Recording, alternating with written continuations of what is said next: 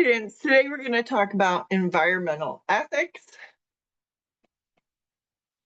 And you'll learn a bunch of facts about environmental issues, including air and water pollution, climate change, and the extinction of species. You'll be able to identify legal duties to the environment and to certain species, explain and assess the values of deep ecology, explain and assess Regan's reasoning, as well as Baxter's reasoning. These are competing philosophers who have different points of view about the environment and environmental duties, and you will create, explain, and defend an argument on environmental duties. So just to start at the beginning, the Earth formed roughly 4.5 billion years ago, and life has existed on this Earth for over 3 billion years. Humans are just one species among over at least 8.7 million species. And humans have evolved relatively recently, say around 300,000 years ago. The Earth has over 8 billion human inhabitants, and the human population is likely to reach 10 billion people by 2080.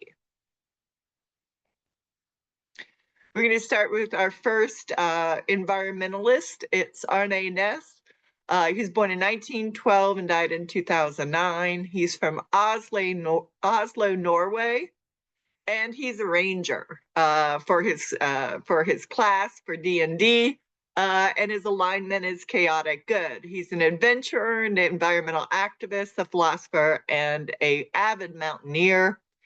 He focused on open air life. I'm not even going to try to pronounce the Norwegian word for that. And this is a picture of him on a mountaintop reading Spinoza's Ethics. We'll give him +3 for strength, +3 for constitution, and +3 for courage. This is, you can see in the background, if you can, the image of Oslo in the summertime. So we're going to start. What Naess is working against is anthropocentrism. Okay, this is the idea that humans are superior to all living beings and that no beings except humans have inherent value. So he rejects this idea, and he holds that no single species of living being has more of this particular right to live and to unfold in their living than any other species. This is the statement of what we call deep ecology. So deep ecological thinking involves deep questioning about ecological situations. So Arne Naess noted a distinction between shallow and deep ecological thinking. Shallow thinking about ecology results from failing to deeply question and reflect upon man's relation to the environment, which includes all living things and ecological systems. Ecology is an interdisciplinary study of interactions between organisms and the interactions of these organisms with their environment. Here are the values of the deep ecology movement. First, the well-being and flourishing of human and non-human life on Earth have value in themselves. These values are independent of the usefulness of the non-human world for human purposes. So what this is saying is that all beings have inherent value, have value in and of themselves as beings for being. Next, richness and diversity of life forms contribute to the realization of these values and are also values in themselves. Okay, so what this is talking about is biodiversity. Biodiversity is about the variety of individual biological beings, types of species, and whole ecological systems. Finally, humans have no right to reduce this richness and diversity except to satisfy vital needs. So those are the values of the deep ecology movement. I'm going to explain the reasoning a little bit more in depth to get you to understand what type of deep thinking they're trying to get you guys to think about the inherent value of all other beings. So premise one, valuing being qua being, meaning being as being. Okay, so the mere existence of a being implies one would value the maximum amount of types of beings. So if you value being as being in and of itself, then you would value the biological diversity of beings. Maximizing living beings, especially sentient beings, maximizes good given all possible worlds. So we're going to think about different ways the world could be. Okay, that's the all possible worlds idea. Then if we maximize how many living beings there are, this maximizes the good. Even non-sentient beings have value for their own existence because they are existing rather than never having come to be. There's something important about existing, and there's something important about beings or groups of beings existing. Therefore, biodiversity is valuable and contributes to maximizing good in the world. By the way, this is a very Spinozaist argument in line with deep ecological thinking. So true or false, Arne Naess holds that all life on Earth is intrinsically worthy. True or false for deep ecology, biodiversity should be valued morally.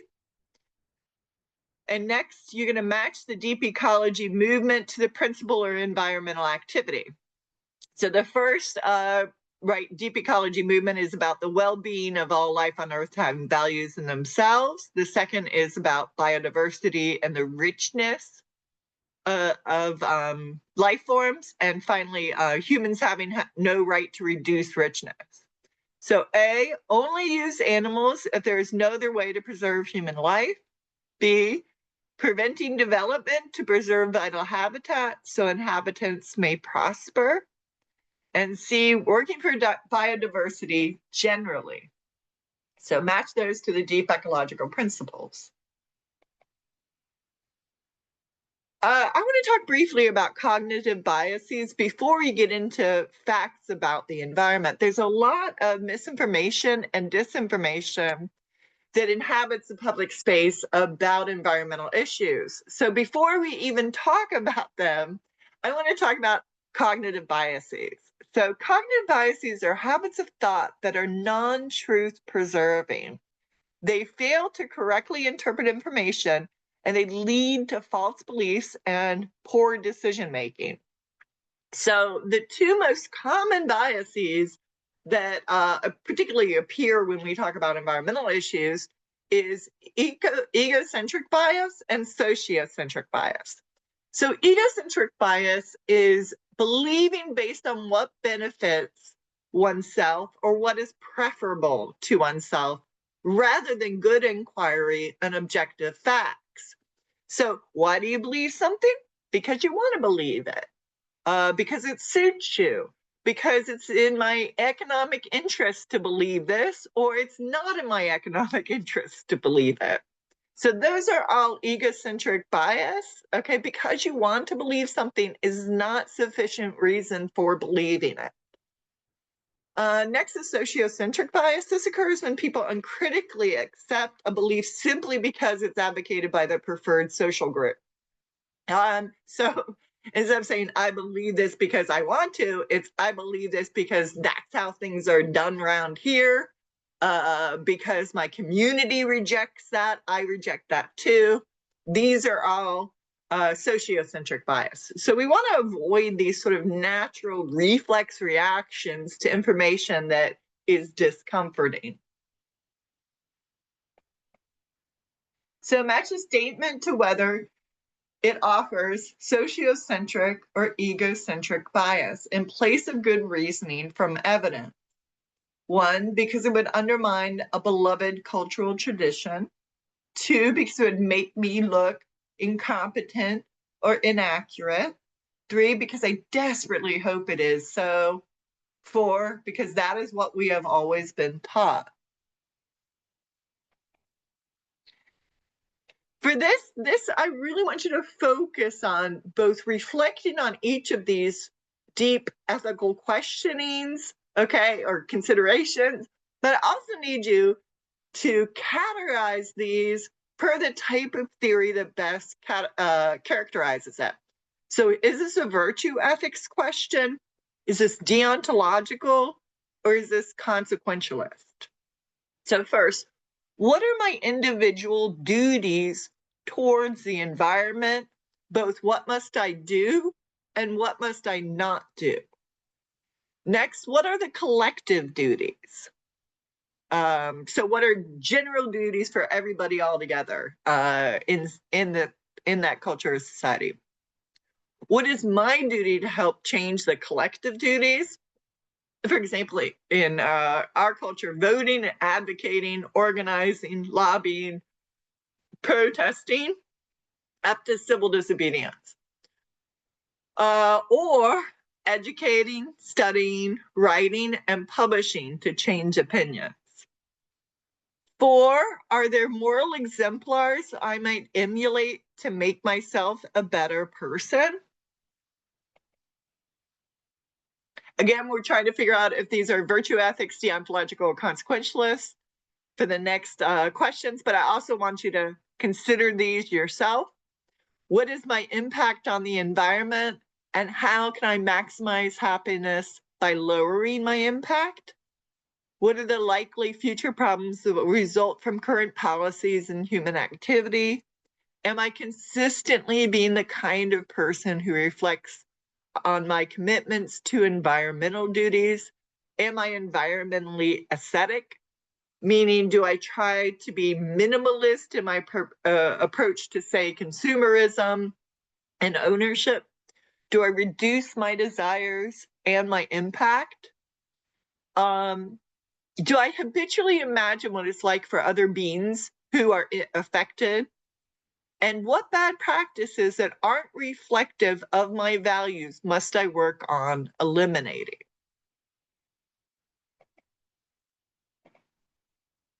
So, our local community is the Chesapeake Bay watershed. So Virginia is within that. It's got, it's also part of, right, I believe it's the New River watershed as well.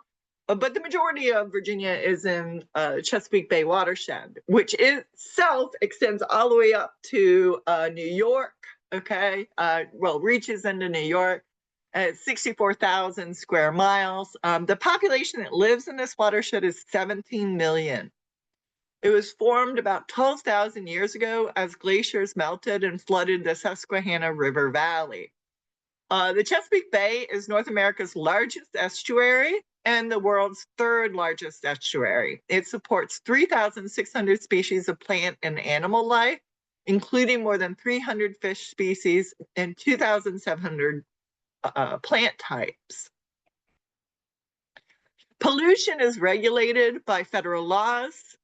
Okay, the Clean Air Act is a comprehensive federal law that regulates direct air emissions. So I want to stop for a second because we're going to talk about direct source pollution and non-direct source pollution.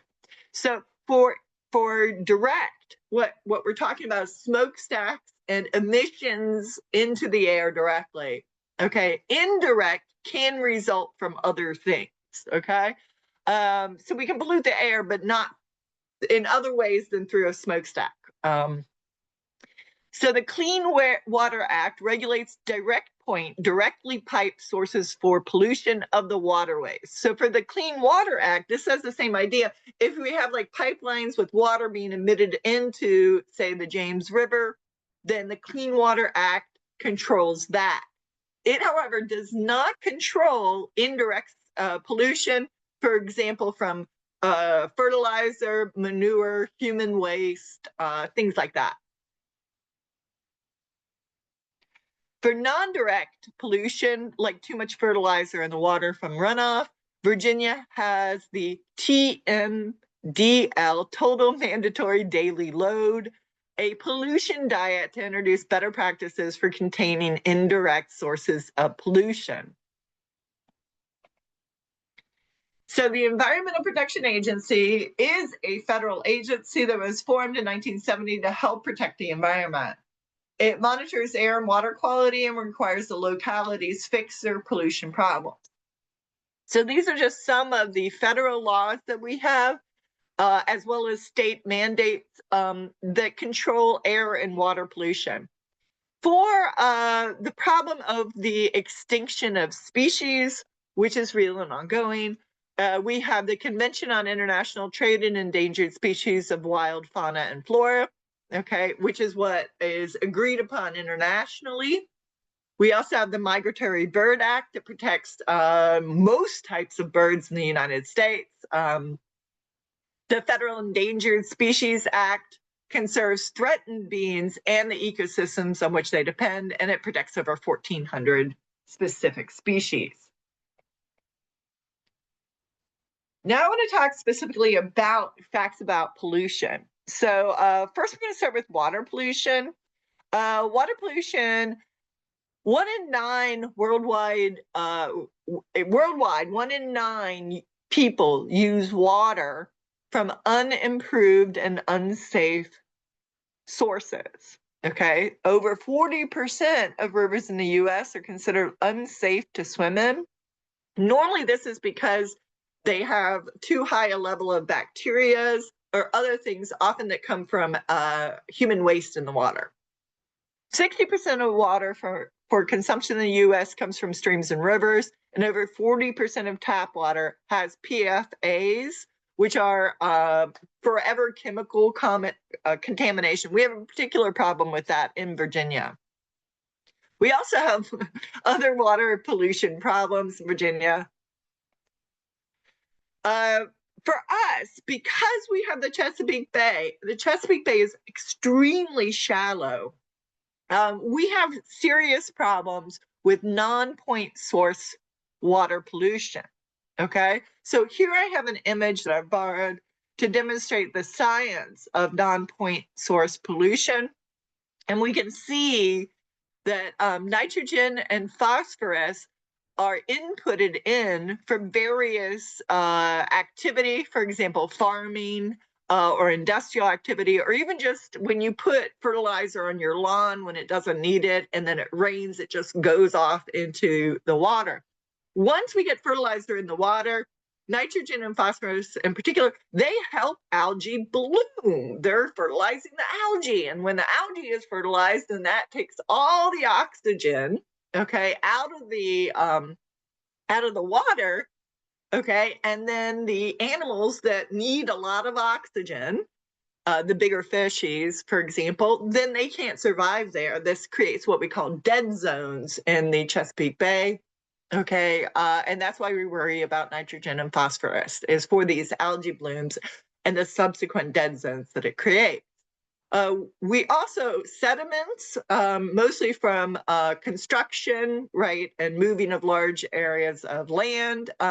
The sediment gets off-put into the water, and it makes it hard for the fish to live there and to swim around, to find food, et cetera, et cetera. Also, we have just trash and toxins that are put into the water as well.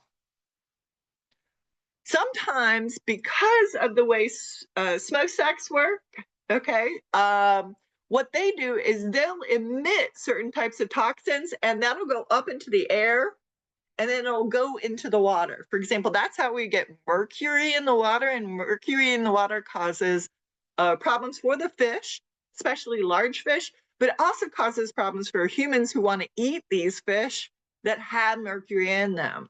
This is why they'll tell pregnant women not to eat certain fish. I want to talk about environmental racism as well. And I wanted to get you to think about this. Environmental racism occurs when minority communities are disproportionately affected by pollution. I want to talk about Flint, Michigan for a minute. And if you don't know much about this, I want you to go look it up and then come back, and then I can talk to you about it. It's a predominantly African-American city, and it poisoned its own citizens' water with lead. The government officials were held legally accountable for this negligence. I want you to reflect upon why it is morally worse to target those who cannot protect themselves or those who are already disproportionately burdened in society.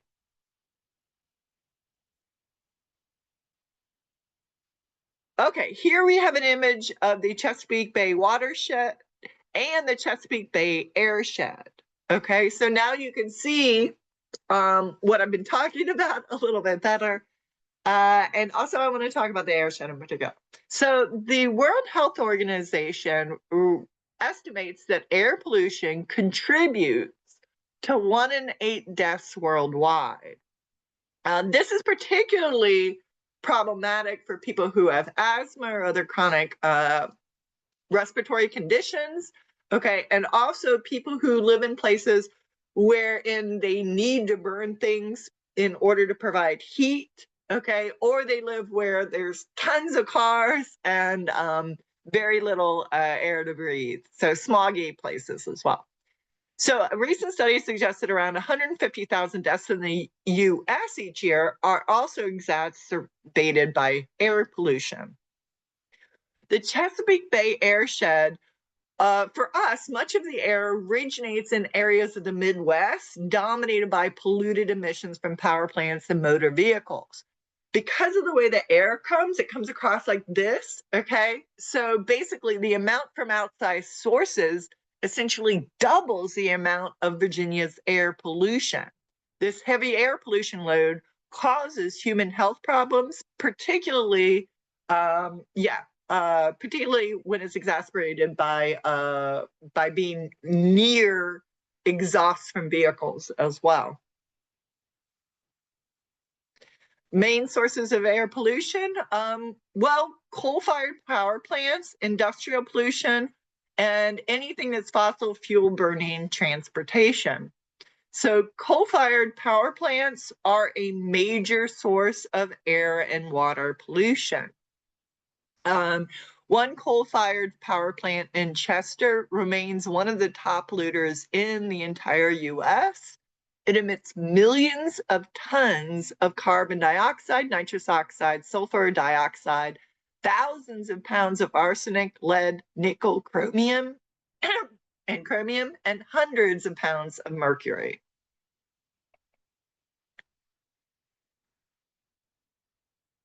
Climate change. Okay, I laugh, I'm sorry. This topic is very contested in the public sphere and very not contested in the scientific sphere. So we're going to use the reasoning based on factual issues, in particular using the scientific method within the scientific community and basing our best ideas on good science. Science is impartial, objective, transparent, offers open inquiry within a community of educated and skilled inquirers, working together or even adversarially, ideally, to verify and to falsify various hypotheses. So science is good. Climate scientists share widespread agreement that climate change is real, caused principally by, anthropogenic, androgenic changes and poses ongoing danger. I apologize. I'll fix that.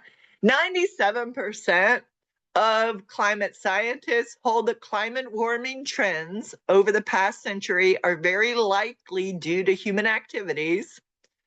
Most of the leading scientific organizations have issued public statements endorsing this position. Every leading major institute on climate change is in agreement worldwide. The Clean Air Act and many state and federal policies are designed to prevent emissions and to implement cleaner energy projects in the future.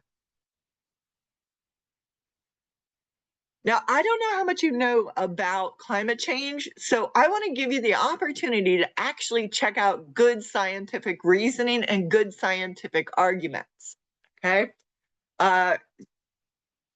So I'm going to pause this in a second. I'm going to flip over to show you an example of some of the scientific reasoning in this report. But I want you to look at the report yourself and prepare an explanation about one of these effects of climate change. Okay, so either increased extreme weather conditions, increase in species extinction, damage of ecosystems, increase in habitat loss, or disappearing shoreline and island.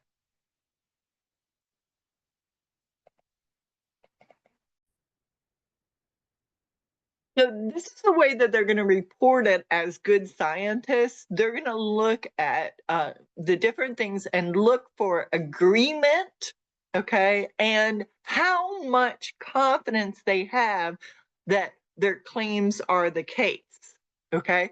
So, for example, human-induced global warming has already caused multiple observed changes in the climate system, and they state that this conclusion has high confidence.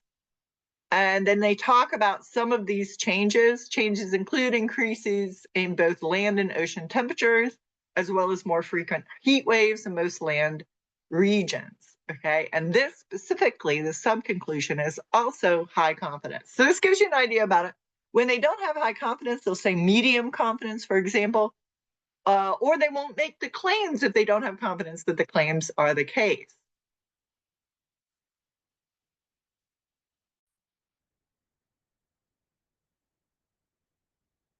Give a little thought before we go to the next one about the local effects for climate change as well.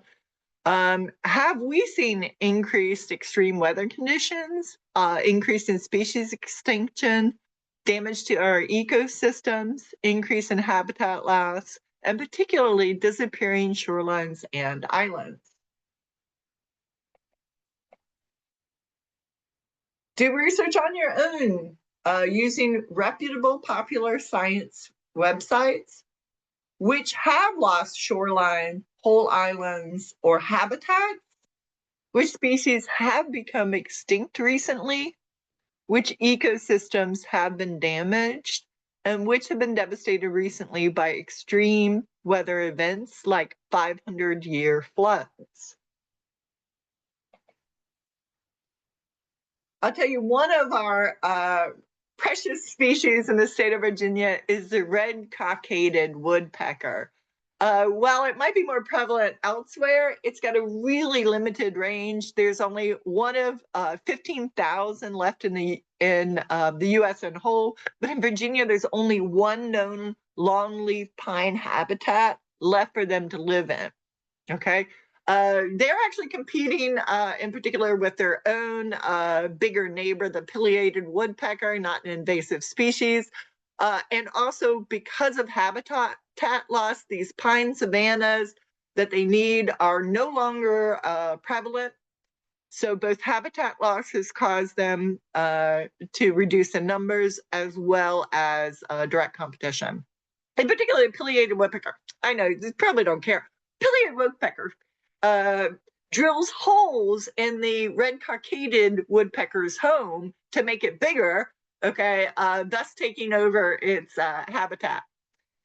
Virginia has 71 endangered or threatened species. Most of these species are victims of habitat loss, hunting, introduction of non-native species, and other anthropogenic effects. Anthropogenic, again, caused by human action. So, which of the following are real endangered species that live in Virginia? The thankless ghost snail, the Virginia big-eared bat, spectacle case, and the Virginia Piedmont water boatman. Or do you think all of them are real?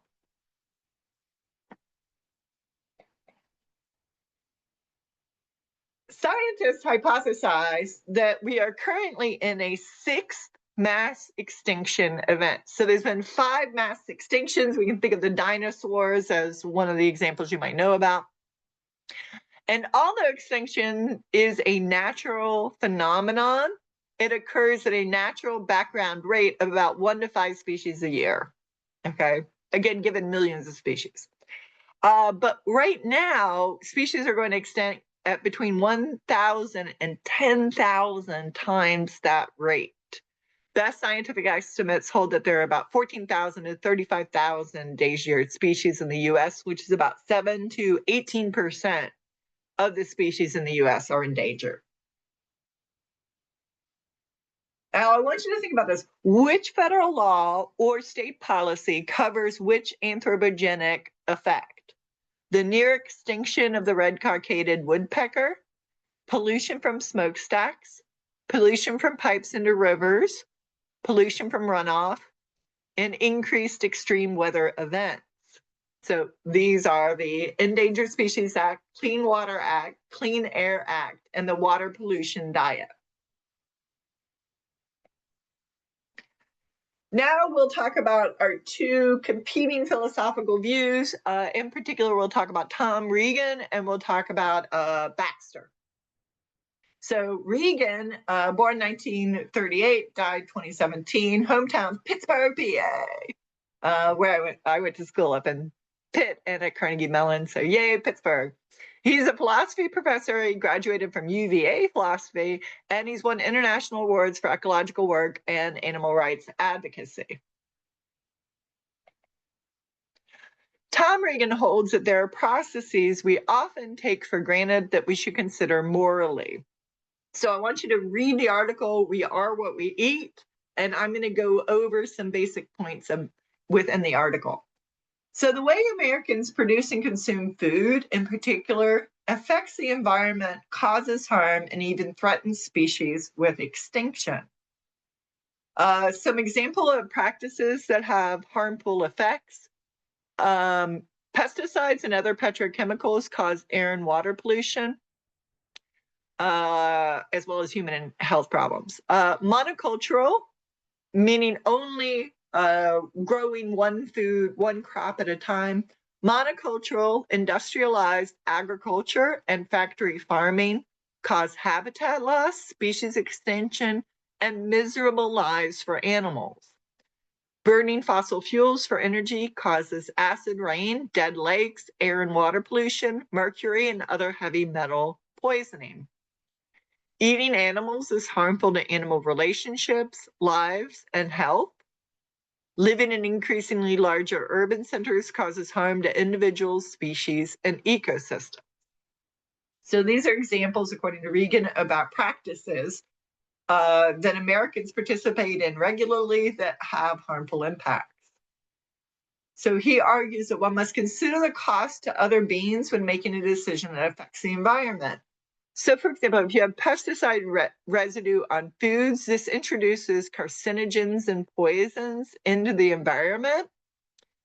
Fertilizer, as I mentioned before, causes significant damage to surrounding ecosystems because they raise the nutrient levels in waterways, causing life that normally lives there to not thrive. Regan states that pollution is a public evils problem.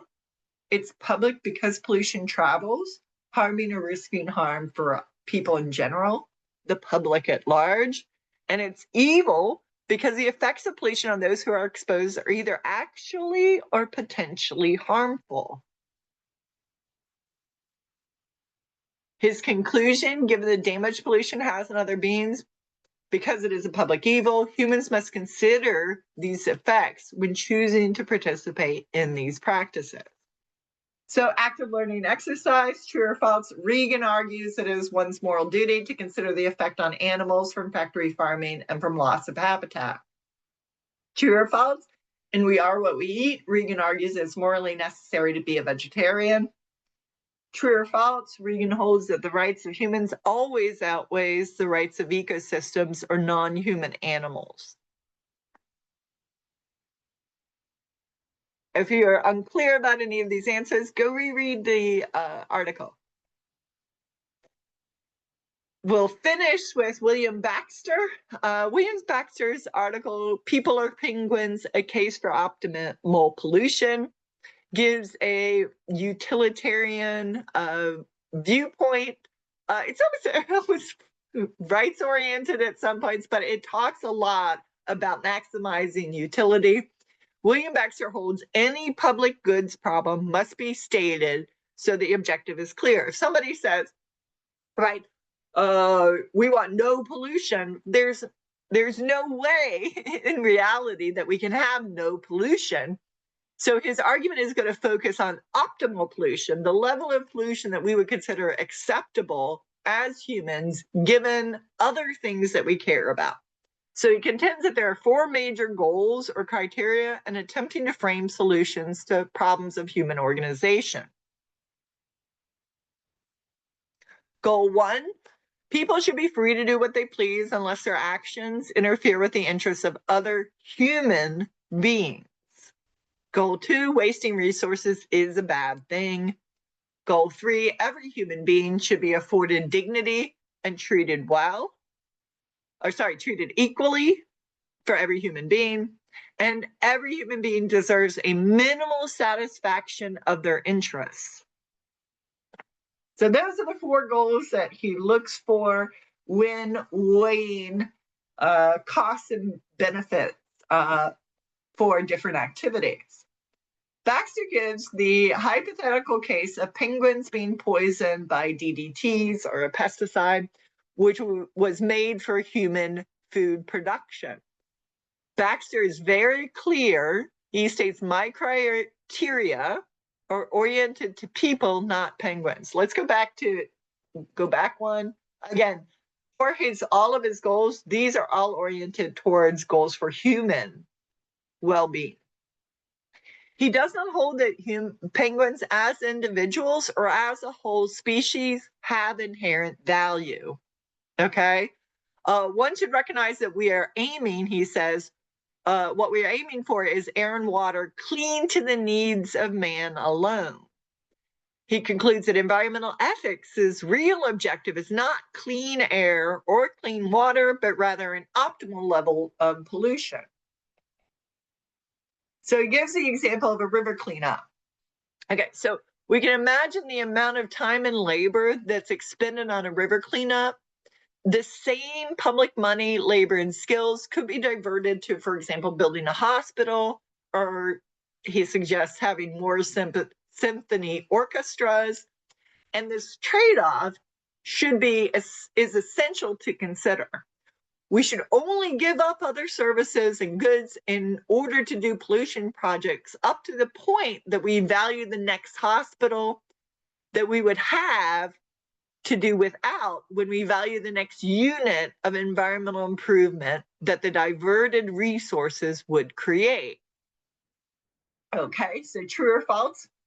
Baxter argues that centering environmental questions only on humans will not portend massive destruction of non-human life. And true or false, the purpose of river cleanup, example by Baxter, is to show one should always give up other public goods to optimize the cleanest air or water. So active reflection, this is the last thing I want you to consider. For Baxter's argument, he begins with the premise that most humans act selfishly and they act like other humans, only other humans matter. And he suggests that we should use this common sense idea for moral reasoning about the environment. He also points out that representing non-human species and decision-making collectively is hard. It's even hard to imagine. In ethics, it's a fallacy to go from this is how it is to this is how it ought to be without additional reasoning. You have to remember how very beginning of the semester I talked about how you have to have factual premises and moral premises to get a moral conclusion. Well, if you just go from people are selfish to people should be selfish, right? That's often called the is-ought, that is an example of the is-ought fallacy. So, can you provide additional support to Baxter's reasoning that one should ignore the health and well-being of all other animals collectively and individually for the sake of any human's opportunity to thrive? If so, provide that support. If not, argue why that conclusion is not supportable. Are William Baxter's assumptions good or bad, and why? Would Baxter agree or disagree with Regan on the inherent value of penguins? I want you to assess the reasoning in Baxter's Optimal Pollution article.